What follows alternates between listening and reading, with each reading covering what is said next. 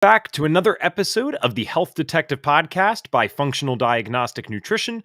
My name is Evan Transu, aka Detective Ev, and I will be your host for today's show, the first episode live of the new year 2024. And we are on episode number 298 of the Health Detective Podcast, which is absolutely crazy.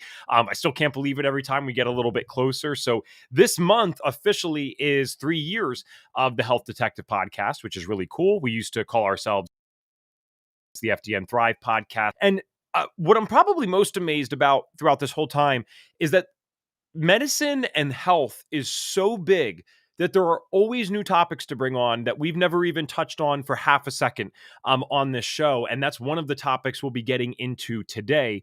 Before we get into that topic, though, with our guest, I wanted to shout out something that we have going on January 18th. We've been really surprised in a positive way by how many people hop on live with us when we do these podcasts and we send the emails out to you guys. So we figured, okay, if you guys like this, you'll definitely like our workshop formats because they're very engaging. We're constantly talking to the audience the entire time. So on January 18th, 2024, we have a stress and hormones workshop going down. We have done this one time before, and it was awesome, but it was a little insane. We had it scheduled for 60 minutes. We ended up getting off 2.5 hours in, and that was not because we wanted to stay on for 2.5 hours. It was because you guys were awesome, asking questions and engaging, so it was really fun. I can't promise 2.5 hours again, but I do promise that it'll be a lot of fun. So again, that's January 18th, 4 p.m. PST, 7 p.m. EST. I have a link for you below here. It's actually going to be on the screen, and you can get yourself registered there. We'll probably be able to put this in the YouTube and Facebook comments as well. I have my friend Tracy in the background here. And Tracy, maybe I don't think I can post it directly to YouTube and Facebook. So if you could do that just when you get a chance, that would be great. So January 18th, 4 p.m. PST, 7 p.m. EST. Now, with that said, it's time to dive into the topic of today, which is going to be mesh implant illness. And you know that we always touch on other things as well, but this one is something that just came across my table, if you will, for the first time ever. And then lo and behold, that's just how things work. 3 days later, I get the bio for Dr. Sharon Surita, and I realize that's what we're going to be talking about today. So Dr. Sharon Surita is a certified functional diagnostic nutrition practitioner and triumphant chronic illness warrior. Her passion for holistic well-being is shaped by her personal 4-year journey to overcome challenges with dysautonomia and complications from a hernia mesh implant. Armed with a doctoral degree in environmental engineering from Florida International University, Sharon's expertise in air, water quality, and environmental health risks linked to chemical and mold exposures enables her to craft personalized strategies using a holistic approach. She develops bio-individual protocols that have been used successfully to eliminate hidden stressors in the body and remove environmental toxicants, thereby improving the lives of her clients. Dr. Sharon, welcome to the show. It's great to meet you. Great to be here. I appreciate you so much. I love all of the information you're putting out there. So I applaud all of your efforts in the functional health Yeah, space. and what a cool background today. Really interesting mix of credentials to come on FDN. And so when people call us and they say, "Who does FDN?" and I'm always like, "Well, kind of everyone, right? This is a career path that picks us. We don't necessarily pick it.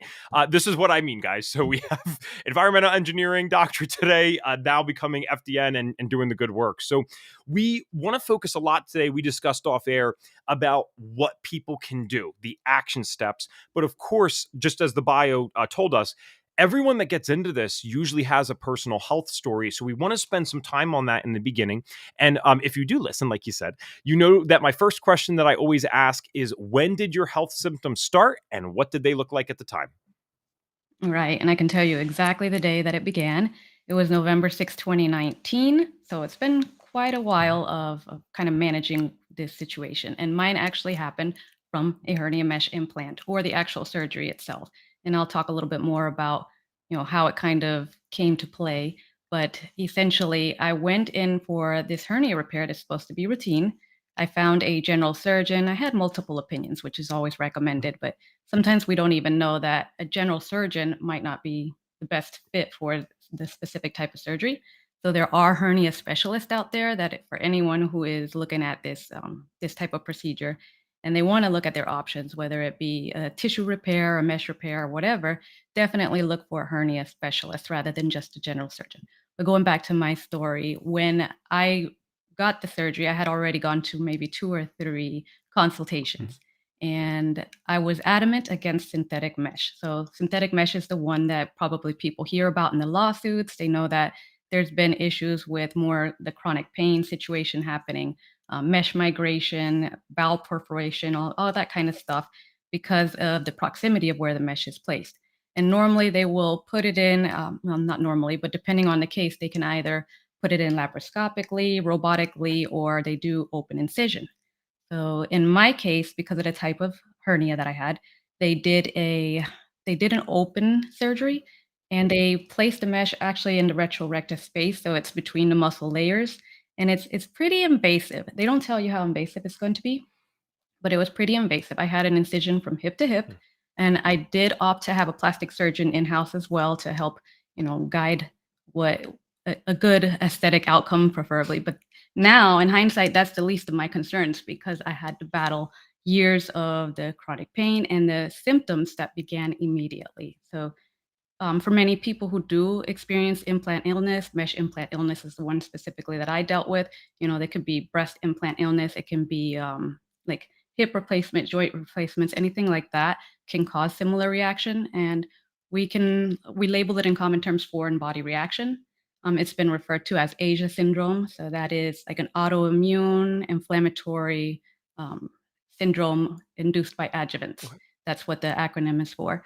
And what happens is that this toxin load can build up over time or it can happen immediately, as was in my case. Now, I went in and I was giving antibiotics as a precautionary measure. I was also given painkillers, pretty extreme painkillers. And, as soon as I woke up from surgery, the nausea hit Mm. me. And they're like, okay, that's normal. That's normal coming out. But it did not stop. And I had chronic fatigue. I started experiencing syncope, which was never happened to me before. And I remember day 3, I had home health nurse coming in. On day 3, I started having severe tachycardia, again, syncope episodes. I could not eat. I lost my ability to eat, and not so much because of nausea, but just the like a food aversion, such a severe food aversion. I didn't want to eat food. I couldn't smell it. If I smelled an odor, anything cooking, fragrances, I would immediately begin vomiting, for lack of a better term. And then we know antibiotics do a number on the GI tract, so I was having issues with that. So within a month's time, I lost maybe 30 or 40 pounds. I was not able to move very well, so mostly bedbound, and that continued for months. And Wow. so I was starting to lose hope that there was any chance of recovery. By month 2, I started joining these support groups, and I learned about mesh implant illness. I learned about the surgeons that specialize in this, and I want to talk about a study in a little while that brings that to light and how people can participate in the Mhm. study. But after 2 or 3 months, I did find a surgeon who rather than gaslight me as I went through probably 20 or so different specialists. You can name it, cardiologist, rheumatologist, gastroenterologist, and numerous scans, blood work, things like that. There was not anything that was indicative of Mm. disease. So I just kept going around this circle and at a point like begging for help essentially. And I did find a surgeon, flew all the way to Cleveland, Ohio. I'm in Florida, and at that time I was in South Florida. So we made the trek to Cleveland, and I was validated by a surgeon, Dr. Carpata. And he was the first surgeon. Mind you, I saw multiple surgeons too because I knew that this was an issue. He was the first one that told me, we can remove the mesh. You have a 50% chance of a reoccurrence, and it might not alleviate the symptoms. But at that stage of my life, I was like, I'll take that chance. And unfortunately, he didn't have a schedule opening for me for a couple other months, and I knew I couldn't wait that long. And I found another hernia specialist, Dr. Eunice in Florida, who saved my life. Like he did the removal. Granted, it didn't alleviate the symptoms immediately, but I did notice a few Mhm. changes. Like I was able to start eating again. I was able to stand up for more than a couple of minutes at a time, and then I had to learn it took me 2 or 3 years about functional medicine, functional health space, and things that I could do to nurture my body and eliminate toxicity and things like that. Yeah. Wow. Okay. Well, there's a lot to unpack here. One thing I have to ask is if I don't know it, I always assume I hope someone else doesn't know it. You mentioned a word syncope. I haven't heard that. What does that mean? It's lightheadedness, Oh, and well, you can have presyncope, so it's lightheadedness upon standing. In my case, you've probably heard of POTS, yes. postural orthostatic tachycardia. So, and then there's orthostatic hypotension. I am diagnosed with that now. So, anytime I stand up, if I don't allow my blood pressure to elevate, I could potentially pass Hmm. out. So that's another thing that you have to kind of work your lifestyle, and as you're working at rebalancing, some of those things take a lot longer to taper down. But in comparison to where I was even last year, my functionality is 1,000 times better. I was bedbound for a time, and now you know, I'm making progress, we'll say. Sure. Okay. So, well, thank you for that answer. Now, rewinding a little bit, one of the things that you mentioned in the beginning is the mesh implant, the synthetic mesh implants. This is the ones that you hear all the lawsuits about. I'm Mhm. always, I hope this is a good thing. Maybe this is why our show works. I hope people appreciate this. I always want to expose my ignorance. When I really don't know something, I always share it. And I've never heard of lawsuits about this. In fact, again, I was telling you off air. I'll bring it up here so the audience understands what I was getting at. Not only did I not hear about the lawsuits, I never knew that this was even an issue whatsoever until my friend, coincidentally, 3 days before looking at your bio to set this up for this podcast, came to me. And again, super healthy guy. He's just someone that I never even seen him with a cold. Like he's just vibrantly healthy, always has been ever since he was a kid.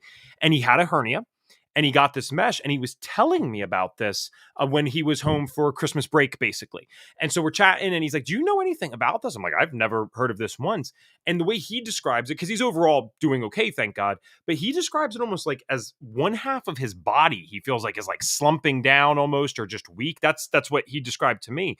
And I said, okay, dude, I've never heard about that, but I can ask in AFDNP for you. I could ask in our groups. And he's like, all right, cool. I'll get some questions together. And then you beat me to it, right? But with coming on with this. So I guess this is happening to much more people than we think, especially with the lawsuits. And if that's happening, what is I always like to try to get the Western medicine perspective, even if I don't agree with it. It's good to understand why they're doing it. If lawsuits are happening, if people are getting sick like you, and it's not like you're some crazy hippie out here, you are a very well versed, intelligent person with credentials showing people what happened to you. Why are they still doing this? What is the advantage to Western medicine of using this synthetic mesh? Absolutely. So it is the gold standard in surgery. A lot of people will require some type of bridge because of the severity of their hernias. There's small umbilical hernias that can be repaired like diastasis recti, which is just muscle repair, and that I didn't know in the past. Like, had I known, that's the avenue I would have went. But for many hernias, there's a high chance of failure. So they have these different types of mesh that they're using. Polypropylene is plastic, like, these are mostly made out of plastic and other materials, but polypropylene is the one that is most often used. I don't know what the statistics are. I wanna say maybe 70% of the time or something like that. Polyester is used as well. Both of these are plastic derivatives of the petroleum industry. So in my head as an environmental engineer, I should have made that correlation before going forward with surgery, but I was adamant about getting the biologic mesh. That is what I chose, like the least amount of potential reactions with that, but it's also a higher chance of failure. So for those people who have significant, separation in the abdominal wall or have larger or recurring hernias, then mesh might be the only way they can actually bridge that and hold it together to prevent additional adhesions from forming. You can imagine the multiple surgeries, it's more complex and more chances of having issues with the internal organs. So yeah, they have, like I said, polypropylene, they have polyester, they use cadaver tissue, they use porcine tissue, and the biologic mesh, again, they're doing more research on all of this. The one that they use specifically in me is called Phasix, and I believe it was introduced in about 2015 for the abdominal wall. It's been used in suture material for a long time. So it lasts a little bit longer than biologic mesh, but it's supposed to be absorbed within 18 months to 24 months. And ironically, I've met a lot of people who 3 years out, no degradation. It's still intact when they have it removed.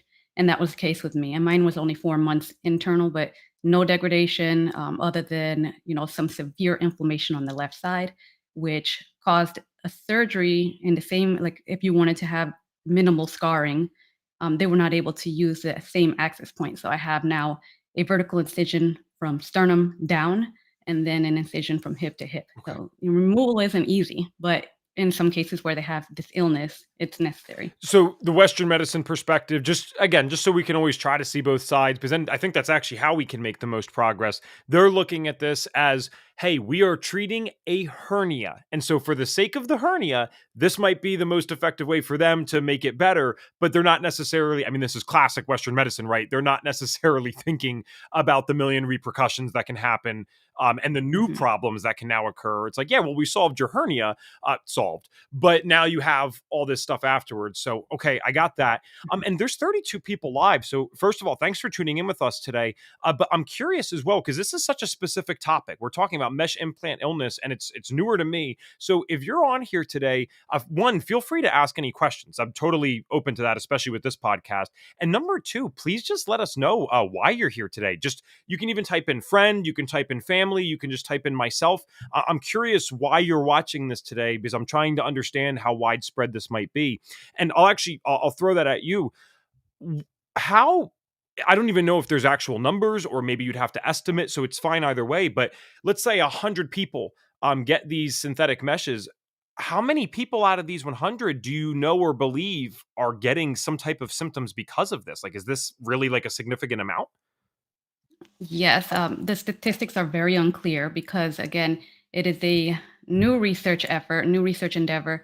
And so, one of the surgeons, and I consulted with this surgeon also, all the way in California, like one of the top hernia surgeons, she's actually doing a study, or she has published papers. And one of them was just published, I think, January 23, specifically on mesh implant illness. And in that study, I believe there was about 850 hernia related cases, and of those, you can see it's very small scale, so we need a lot more input.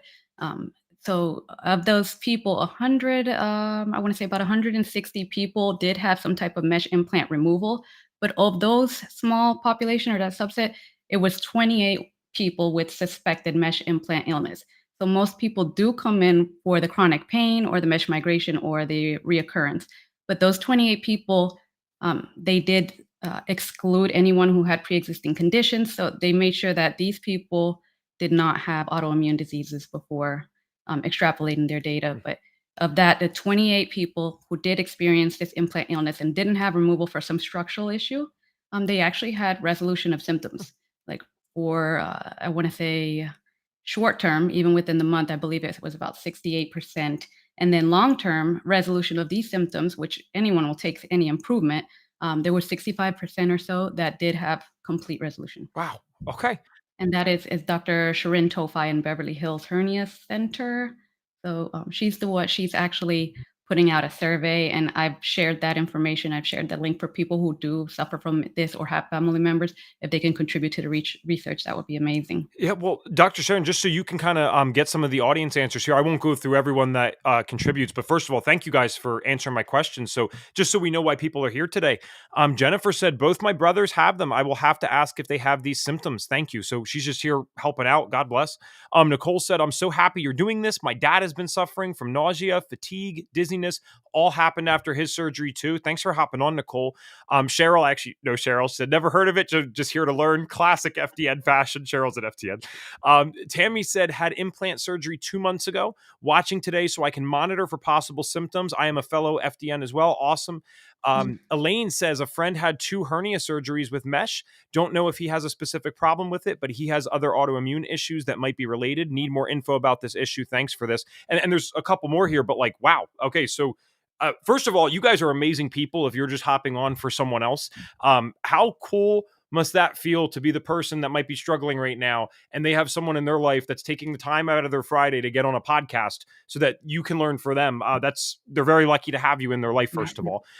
One thing I wanted to ask, because I'm looking at my friend Casey, and he had this surgery years ago and is just starting to correlate this. And again, if you asked Casey, hey, Casey, how do you feel most of the time? Casey would say, oh, I feel great. I'm doing okay. And then we have your case where immediately, we're talking like waking up after surgery, the symptoms began. So is it I guess for the people that do suffer with symptoms of this, from what you know, is it more common to have something, that subtly builds over time? Or do a lot of people wake up like you and they're like, holy crap, like what just happened? Like it hits them pretty hard. Like where do most people fall, do you think? I think in the former. So I think that it does take time for it to kind of accumulate in the body and just you mesh not mesh yeah mesh is designed to cause inflammation, to cause tissue regrowth. So that's what it's intended to do, but it becomes chronic, and that kind of infiltrates the body. You think nothing is intact, or nothing, even the things that are said to be inert, is going to degrade in the body slowly over time. That's proven. That's you can't deny that. And so if this is plastic in the body, we know there's plastic pollution in the world, in the environment, in the water. So think about it in your body. You have plastics that are degrading, and as they're breaking apart, you're getting the larger surface area of each of these particles, and they can attract things like bacteria. Biofilms can start to generate around these particles. And since they become, if they're microscopic, they're probably not going to translate into various organs, but they do become nanoparticles over time. So the nanoparticles can even penetrate the gut Hmm. lining. And that's where you start thinking, okay, if it can be in the gut, then it's going to impact every other organ system in the body. So in my research, I'm really honing in on the fact that not only is the mesh not as inert as it was thought to be, or if you can study it in vitro or whatever, but it's supposed to be in the human body 20 years, 30 years. Sometimes you have a mesh replacement, and as this is degrading, um, you don't understand that you're not only having toxicity from the inside, you have toxicity coming at you from the outside world. And so these people who are experiencing it later on, maybe they just overloaded at this point. Their bucket is completely full and can no longer detox correctly. Okay. So I think what's even kind of scarier here is if a lot of people are having these subtle things that build up over time, they might not be connecting at all that this correlates with their surgery, right? So now we have people running around. The doctors don't know about this necessarily. I mean, some of these comments are very uh, I appreciate you guys being honest. It's just very sad to hear because this sounds like a classic thing, like very similar to autoimmune disease in general, where people are invalidated. And of course, the average person isn't educated in this stuff. So when you go to the doctor and the doctor tells you XYZ thing is impossible, 95% of us take that at face value because, quite frankly, that's the appropriate thing to do. In a certain sense, like, yeah, why would they? Why would I know more than them? About what's going on. Now, I always believe we know more about our own bodies. I think there is a time and place. We need these advanced scientists and all these things like studying stuff for us. But still, if you know something's going on in your own body, I don't care what papers you have. No one can tell me differently because I've had times where I was invalidated. My mom certainly had times when she was invalidated, and she was right. She knew something was wrong and they didn't catch it. So always trust your gut with that type of stuff.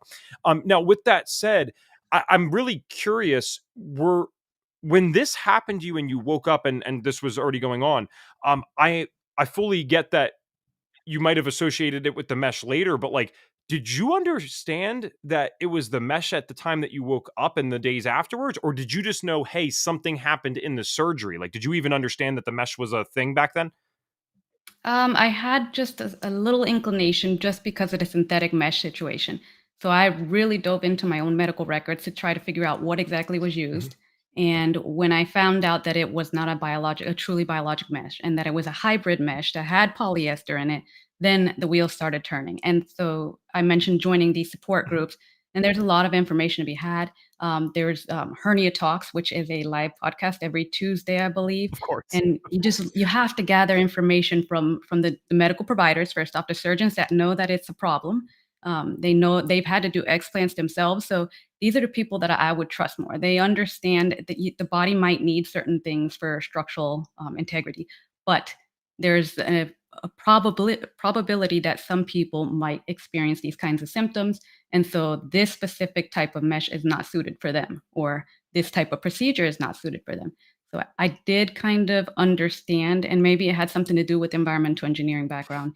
I understand toxicity. I understand how we calculate reference doses and things like that. So just again, reference dose in my body, the mesh just put me overboard. And whatever else happens in surgery, you get um, the anesthesia and Yeah. all of that, it takes a long time. Yeah. It takes a long time to get it all out of your body. Okay, so let's definitely focus on solutions because I'm seeing so many people here just going through this themselves or here for a family member. And, I know that you're still dealing with some stuff, but obviously, from what you've described, uh, honestly, the fact that you can even get on a podcast right now and talk as well as you're talking, like, or I should say, speak as well as you're speaking, that is already showing progress. Like, obviously, something must be moving in the right direction. So, knowing what you know now, let's start with the fundamentals. Knowing what you know now, is there anything that occurred that led to your hernia that you would do differently in terms of like prevention? Like, I'm not sure how your hernia was actually caused. We never got to that, but Mhm. was that something looking back that might have been avoidable? I think that's the first thing to start with before we even get into mesh. It's like, can we avoid the Right. hernia to begin with? Obviously, some people will get them regardless, but um, I'd love to know if you have any thoughts on that. Yeah, I guess it's a 50-50 shot. I mean, some people suffer with connective tissue disorder, so they're more susceptible to these kinds of things. I do have some genetic predisposition for that, connective tissue issues, but mine actually occurred after my second pregnancy. And they labeled me a torpedo baby or torpedo belly because if you looked at me from behind, you couldn't tell I was pregnant. But if I turned sideways, I had a projectile belly, like pretty large. So I can imagine that that caused the muscle separation and it caused, the hernia to occur. So some people get it from heavy lifting, not even heavy lifting. I won't say it that way. Incorrect technique in lifting and repetitive action. Some people get it from even constipation. Straining and constipation can cause some abnormal amount of abdominal pressure. So things like that, we really need to make sure that people are having normal bowel movements, especially when they have a higher likelihood of this type of thing. Okay, got it. So there's maybe something to be done there, but at the end of the day, a lot of people that are going to get hernias are going to get hernias, and then we got to work through this. So with that said, okay, moving to the next step. Again, knowing what you know now, you've mentioned several different types of meshes and ways that we can deal with the hernia surgery. It sounds like, depending on the type of hernia or how bad it is, I should say, the severity, maybe there's only certain options in those cases. But let's say I'm someone that's watching this today. I'm sure, given the amount of people that are on right now and how many people will watch and listen afterwards, there's got to be someone that's awaiting the hernia surgery and is probably trying to make the best decision that they can. So, what would you advocate for now if you could go back in time? You haven't even gotten the first surgery yet. What would you advocate for? Because you got to do something. So, what would that something be? Yeah, in the meantime, while you're waiting, you can do things to kind of support the abdomen. Definitely wear a binder and things like that. You need to reach out to a hernia specialist. If I could go back and do it all again, I've spent a lot of money just trying to recover functionality versus paying for a surgeon out of pocket. I probably would have been better off even out of pocket paying for a general surgeon, a plastic surgeon. For people with umbilical hernias, they can have abdominal wall reconstruction rather than just having a general surgeon perform a surgery with mesh. You definitely have to advocate for yourself. You have to look at your own history and think about, maybe you have some symptoms that you haven't connected, or maybe you've been brushing things off. You're feeling very fatigued lately, or you're feeling like your digestion is not operational, and maybe some hormonal imbalances. So you start thinking about all these things are already stressors on the body. Imagine having a surgery where it's not just recovery. You're not repairing just a wound, but it's going to be a chronic stressor in your body, having a permanent or semi-permanent prosthetic device in your body. So definitely advocate, see if there are other options in terms of doing a tissue-based repair. And if not, then look for what you have to work with your surgeon, of course, to see what the best fit is for you and your particular case. Okay, fair enough. So then the next phase, right, which is probably the boat that most of the people that would watch or listen to this are going to fall in. The surgery's done, right? They never suspected anything. Just like as skeptical as I am, not necessarily of Western medicine, but of the consequences of Western medicine, because I do believe most of these doctors and nurses, they're great people. My sister's a nurse, right? They're in the same system that we're subjected to when we go through Western medicine. These are the same people that would also get the hernia surgeries in this way, and they wouldn't know any better necessarily. So with that said, though, we're left in the dark afterwards. Like, we got to do our own thing. We got to really truly advocate for ourselves. So let's say the surgery's done. People had no idea what the risk factor even was. I certainly wouldn't have known that. And now they have the symptoms. Now they're dealing with it. It does sound like there's some options to perhaps, get some or all of it removed. But there's also other things that you've clearly done. I mean, you ended up becoming an FDN practitioner. So I'd eventually love to get to like how you chose FDN and why FDN. But what are some of the things that people can do if they're in the same boat as you, like, or that you were in? Hey, I already got it, and I don't feel good. What are the next steps for people like that? Especially for those who may not be able to get the removal, but I think that there's a good possibility of having removal if that's really the case. But you asked the question about what brought me to FDN, and it was really looking at the holistic approach and looking at the five pillars that we do. So in my case, and in some of the cases of people that I work with, we really tackle the diet. We tackle that in specific to make sure that we're not eating things that can be triggering more sensitivities or more inflammation in the body.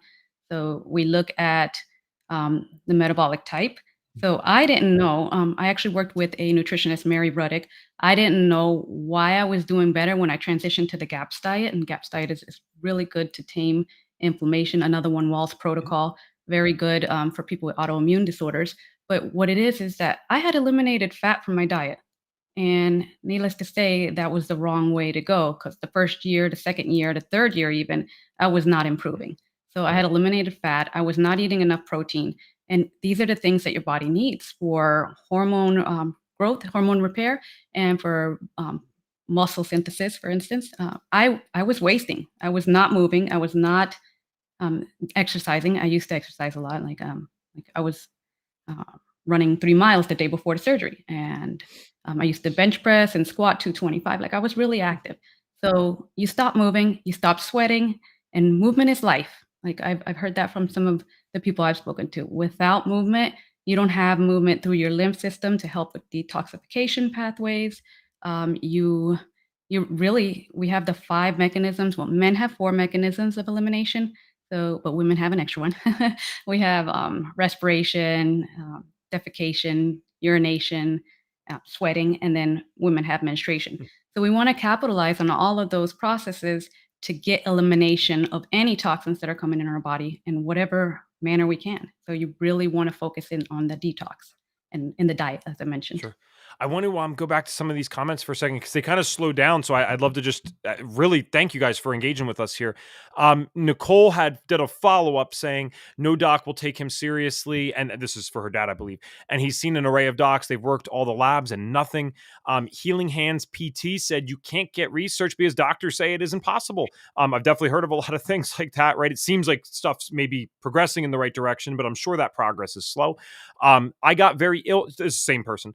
I got very ill from mesh. I was told I was crazy. I was told, but multiple doctors, or by multiple doctors, it could never be removed. Mesh almost killed me, is what she said. Wow. Hmm. Scott Shortmeyer, and wow, you were tracking all the FDNs today. A good friend's wife has had years of issues, had many surgeries and autoimmune issues, chronic misery. Wow. Dawn says, my sister had hernia repair 20 plus years ago and now has unregulated HP. My dad had hernia repair surgery in 2017. Not sure about his symptoms. My mom just had a mesh bladder repair surgery in October. So I guess another really a good point here is I labeled the title mesh implant illness for a reason. We've been talking about hernias, but there are other surgeries that can lead to Hmm. mesh being implanted, correct? Right. Okay. So as you just read in the bladder and the pelvic region, they have all kinds of mesh to support the reproductive organs and things like that. Wow. Okay. Tammy, we'll get to your question. Last couple here. Lisa, so you even attracted our accountant today for FDN, which is an amazing thing. Lisa said, I have a pigskin mesh in my abdomen for a transplant 10 years ago. 4 revisions. It's still very painful and it's hard to eat. Oh my gosh. I didn't know that, Lisa. And Joe said the gaslighting is horrible. My second time dealing with a reaction and all that goes with it. So go into Tammy's question. So again, that we can stay, productive and positive with this. Tammy said, if someone did a regular detox, do you think it could help? So that seems a little vague. I don't know what regular detox means, but I'm sure you know how Mhm. we can go with that question. So how would you answer that if someone did a regular detox? Do you think it could help? So detox in general is always going to be a good thing because, like I said, we're exposed to so many environmental toxicants. We have a lot of air pollution. Our water, if you take a look, your municipality, you can read the reports, and it meets the standard, the government standard, but it doesn't eliminate all of the things like pharmaceuticals. You still have some high lead concentration, and again, microplastics going in there. So you want to think detox as part of life. Like it's not something you do one time and that's it, or once every month. You got to do it continuously. So some of the things that people can do, and it might not sound like it correlates, but we want to be in tune with earth. So I always do grounding. I make sure that I do grounding and that ion transfer with the earth, bare feet. I try to do that every day. I recommend to the people that I'm working with, it's, if you can get in an infrared sauna, do some red light therapy, get the sweating happening, have the red light really, and you probably can tell me more, tell the audience more about red light therapy, but have that cellular movement happening. And so those are two of my favorite things. Castor oil packs for the liver. We want to try to detox the liver as much as possible because that's our filtration mechanism, the liver and the kidneys. So castor oil packs on the liver, you can do that very simply at home every day even. What are some other things that we like? In terms of detox, you want to have purified water. I like reverse osmosis, and then you can re-add some trace minerals to make sure you're not depleted. Um,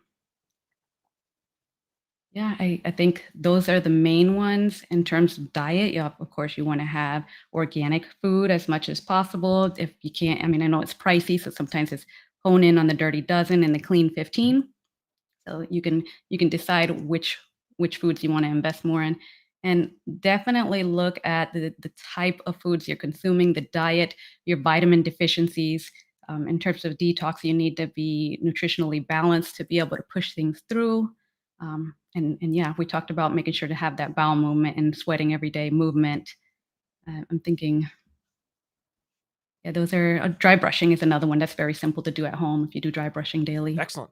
I want to move a little bit, and this will still be helpful for people, but I want to move in specifically to how you're now like doing this as work, because it's not like your career was a bad one beforehand, right? Like that's a very good career. That's something many people would aspire to and be like, okay, I'm solid with this. This is what I'll do till retirement. And this has had such a profound impact on your life that not only did you go through FDN, but you decide, hey, I want to help other people. And I am curious, when did you make the decision? Because I don't know if it was before or after, or even possibly during FDN. When did you make the decision that you wanted to do this as work? Because we have way more people that deal with these things, and then thank God do eventually overcome them, but they still go back to their normal jobs or the thing that they originally went to college for. So I'm curious, when did you decide? No, no, no, I want to go do this and actually help other people with it. Yeah, I guess it's been an ongoing thing. I've been advocating for a while, especially seeing, the audience now has known about gaslighting and going through that. So I've been advocating for, gosh, a bulk of 4 years now. Um, and so research kind of went from looking at stormwater and air quality, and it transitioned to this pretty quickly. I mean, I still do environmental engineering as well, but I think just being the way I was and losing all hope, and somebody said, "It almost took their life." Well, it almost took my life as well. And just not finding someone to listen and to understand and to offer at least that semblance of hope. So I really want people to know that there is hope. There is possibility for improvement in these symptoms, even if you cannot have a full extraction. You can tip the needle or tip the I can't think of the phrase right now, but you can definitely make progress in your functionality. There's one thing I didn't mention through my surgeries. I did have abdominal wall denervation, and for people who they either have heard of it or not, but it's basically nerve damage in the abdomen. So essentially, I have no muscle on the left side of my abdomen. I wear a binder 24/7 to support. But even with that, I've gotten some mobility back. I'm able to walk fairly decent distance. I use mobility aids for longer, but there's function. And so that's what I want to really push along to our audience here today. And I help my clients really, if they've tried everything, they've seen multiple specialists and they've received multiple prescriptions, but they're actually going in a negative direction. So there's a way to kind of tip that scale. Awesome. We have just some more cool stuff. I want to share this for Paula here because she's helping people. So Paula said she is a campaigner, patient, and advocate for rectopexy. rectopexy, bowel mesh victims, hernia mesh victims, and vaginal mesh victims. And then even cooler, she runs a Facebook support group that supports and gives info for all mesh patients with complications. Our group is called Rectopexy Mesh Victims and Support. Paula, thank you so much. I'll leave that up for a few moments while we continue the conversation here. We just have really endless comments coming in of these different stories. So I'm very sorry to hear that you guys are going through this, but thank God we're doing this conversation today. And then you get to meet someone like Dr. Sharon. So, have you? Well, I'll start with this, and then we'll move into clients with FDN. How did you like? What did you find on the labs? Because for those that don't know, when you become an FDN practitioner, we actually include lab tests in the cost of tuition. So you really become your first FDN patient. And I'm like wondering what the heck were on those things after you've been through all of this. So I'm sure you found healing opportunities and things to work on. Mhm. What were those? Like, what did you find on the labs that were significant? Yeah, I think the most significant, well, they were all kind of needing help. So with the stress and hormone panel, I although I was very chronically fatigued, apparently my body was super stressed out, and that makes sense because it's inflamed, right? I'm trying to detox all of this stuff that's been happening over the years. I'm trying to find the right diet, and so my cortisol levels were kind of through the roof. I had to learn how to navigate that. Also, there's one mucosal barrier assessment. You've heard the term leaky gut, probably. Most of you have, and so yeah, I had severe leaky gut. I've had high histamines, which I already knew. I was already taking in a low histamine diet, very minimal ingredients, but I was still high in histamine and low in the enzyme that is needed to kind of break down that histamine. So using the labs, I was able to better support that part of me, that the part of my gut health. Also, in terms of the GI map, it gave me information. I had dysbiosis and I had a lot of opportunistic bacteria. So those guys were crowding out the good bacteria, and that's probably why my digestion was still off for so long. So I've been able to rebalance that and I guess restore that digestive function. I'm consuming the normal nutrients that I should be. I'm not losing weight, which was kind of that was what a scary thought. Like I was down to about 90 pounds at some point. So I lost about 40 pounds because I couldn't eat. So now the digestive dysfunction is eased. What else? I think my favorite view of this is with the GAPS diet. For some of you who are doing it, you know, you do take in quite a bit of protein, but apparently my body wasn't able to break down the protein appropriately.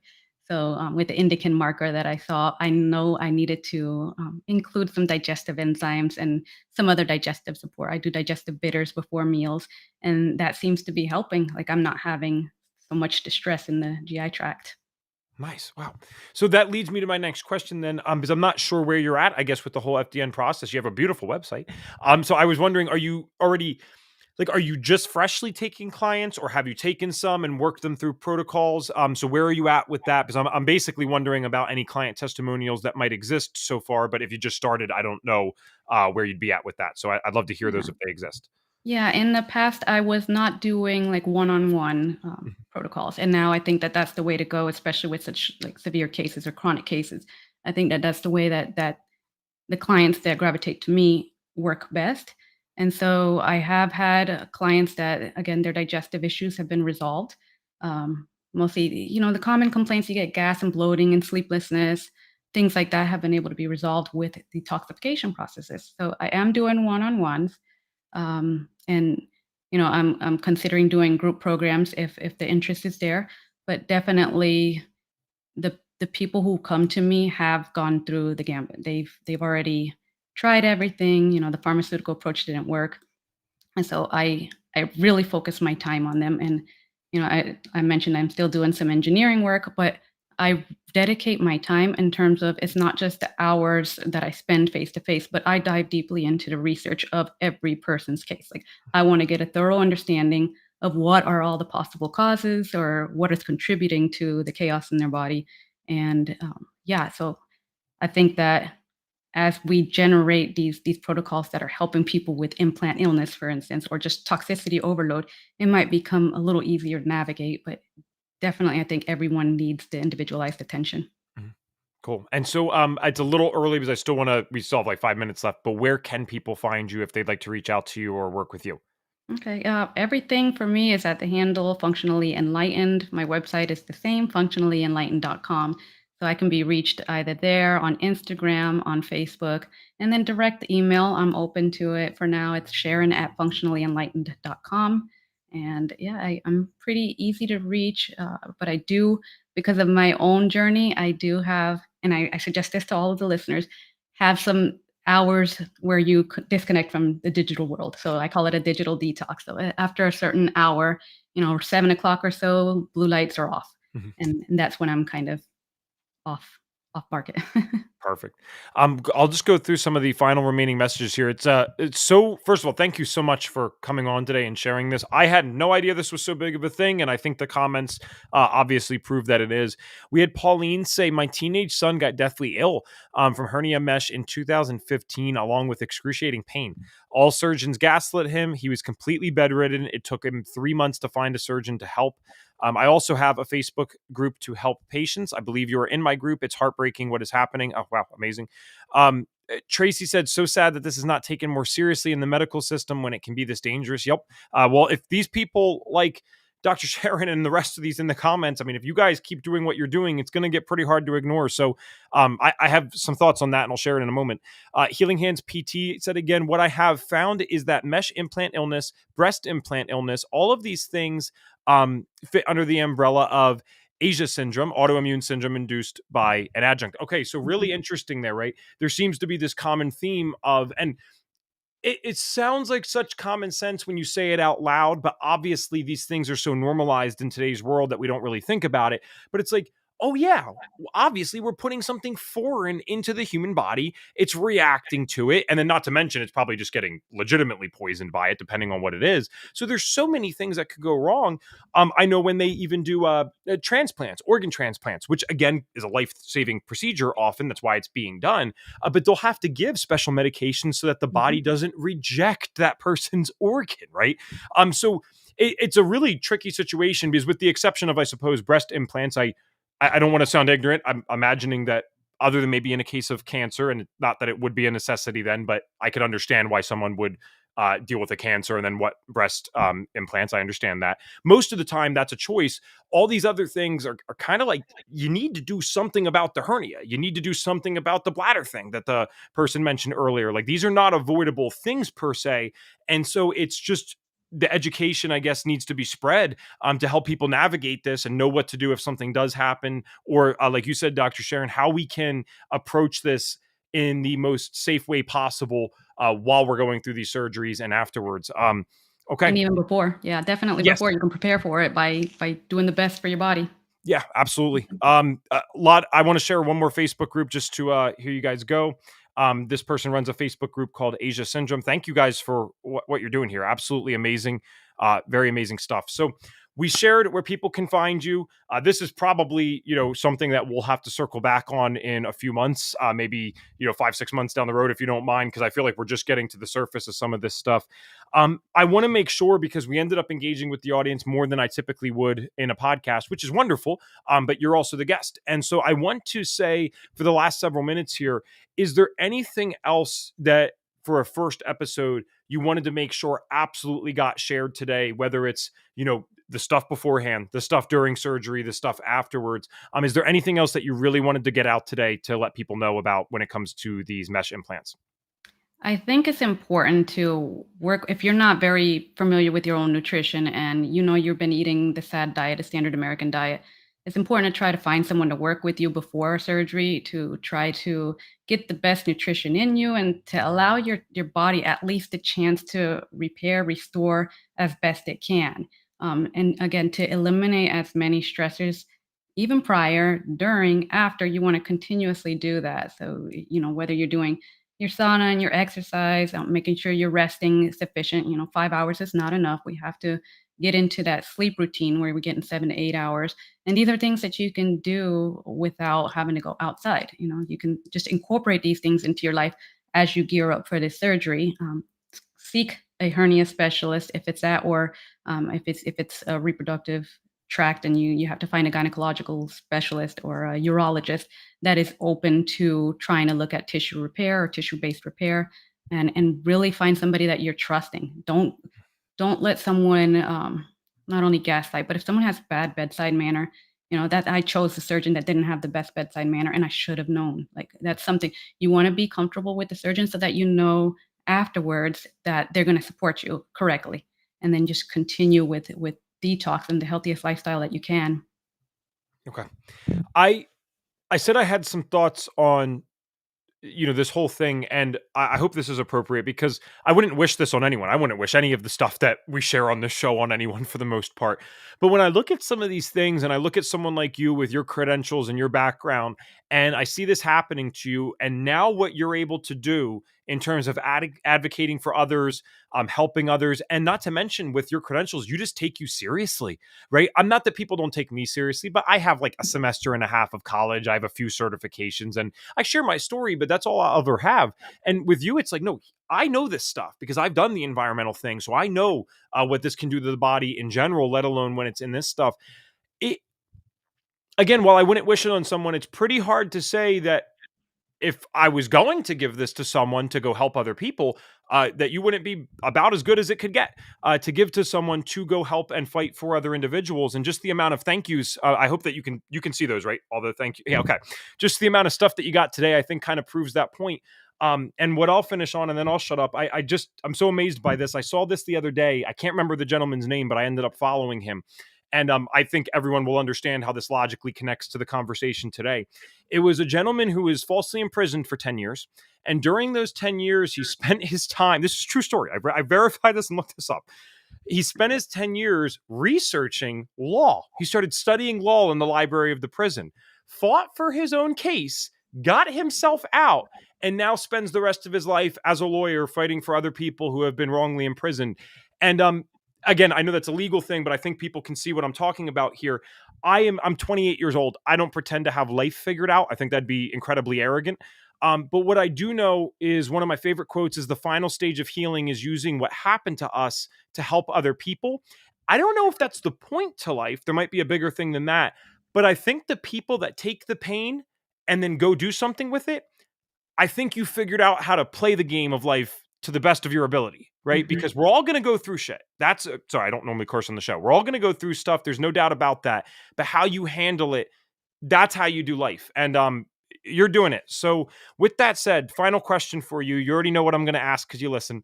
It's the signature question on the show. It doesn't have to be about mesh implant illness. It can just be about anything since you've learned a bunch of stuff as an FDN and in your continued research. So the question for you, my friend, is if we could give Dr. Sharon a magic wand and you could wave it and get every single person on this podcast or in the world to do one thing for their health. So that means you can force us all to start doing one thing, or you can force us all to stop doing one thing.